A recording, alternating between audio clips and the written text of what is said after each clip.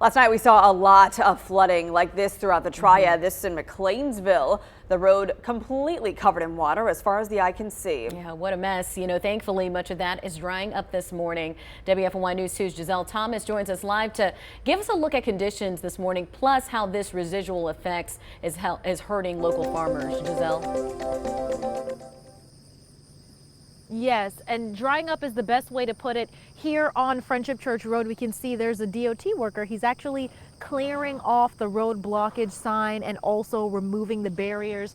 I spoke with him not too long ago, and he said that he was here to inspect the bridge just to make sure that it was all clear, and then he'll proceed to remove these barriers. A similar theme, he says, will be all throughout this area. We know when we drove around, there were a few roads that were closed, but because it was flash flooding, that's exactly what it is. The roads were covered in water, and now that water has receded. Now, flooding has not only impacted roads, but it's also impacting crops. Now, I was able to stop by Dewey Farms in Forsyth County to see how the heavy rain is impacting it. President Wendy Johnson tells me that the heavy rain cut her sunflower season short this summer. We've had a lot of rain, and what we've noticed is it's shortening the lifespan of some of our crops, like our sunflowers.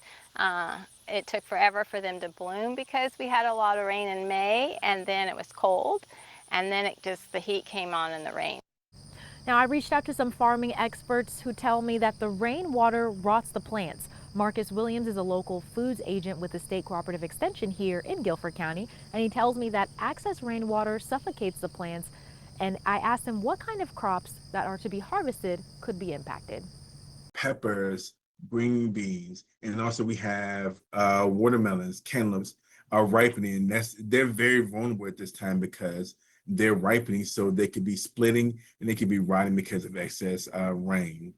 We're at the tail end of blueberry season, which is wrapping up, so rain can cause fruit splitting or mold. And for our field crops, we have soybeans and we have field corn, which are in active growing stages and are sensitive to waterlogging. Experts tell me that it's because of the type of soil that we have, which is why it's taking so long for things to dry up.